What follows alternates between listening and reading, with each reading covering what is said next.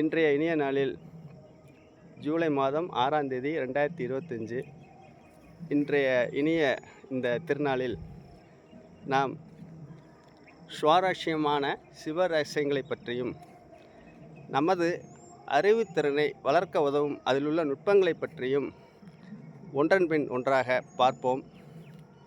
பத்மாசன நிலையில் நாம் அமர்ந்திருக்கும் பொழுது இந்த உலக படைப்பு ரகசியங்களை சிலவற்றை தவிர அனைத்தையும் நம்மளுடைய அறிவிலும் உள்ளத்திலும் புரிந்து கொள்ள முடியும்.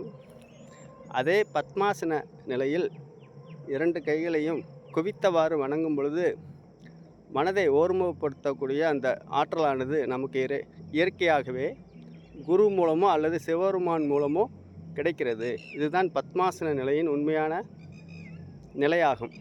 உயர்ந்த நிலையும் கூட.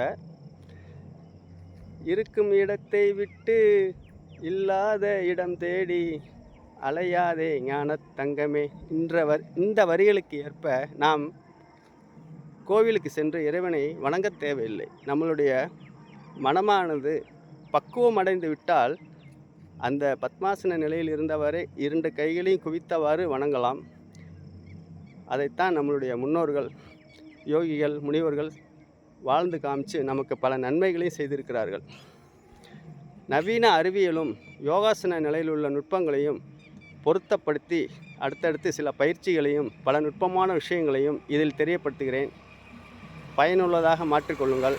குடும்ப வாழ்க்கையிலும் சரி, பணி செய்யக்கூடிய இடத்திலும் நம்மளுடைய அறிவுத்திறன் ஐக்கு அதனுடைய நுட்பங்களை நம்முடைய வாழ்க்கை வளர்ச்சிக்கும் செய்யும் பணியில் சிறந்த நிலையை அடைவதற்கும் இந்த யோகாசனத்தில் உள்ள நுட்பங்கள் நமக்கு பயன்படும். பகுதி 1, 2, 3 என்று தொடர்ச்சியாக இந்த காணொளி வரும். பயன்படுத்தி கொள்ளுங்கள். இந்த உலகில் ஒன்றை இழந்துதான் மற்றொன்றை பெற முடியும். ஒன்று தெரிந்தால் மற்றொன்று தெரியாது என்று சொல்வார்கள். ஆகவே அனைத்து விஷயங்களையும் முக்கியமான சிவரகசியங்களை தவிர பல நுட்பங்களை தொடர்ச்சியாக தெரிவிக்கிறேன். கேட்பதோடு இல்லாமல் அதை செயல்முறை வேதாந்தமாக நீங்கள் மாற்ற முடியும்.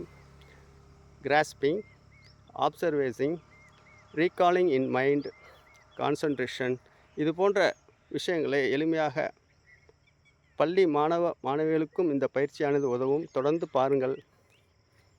அடுத்தடுத்து பார்ப்போம்.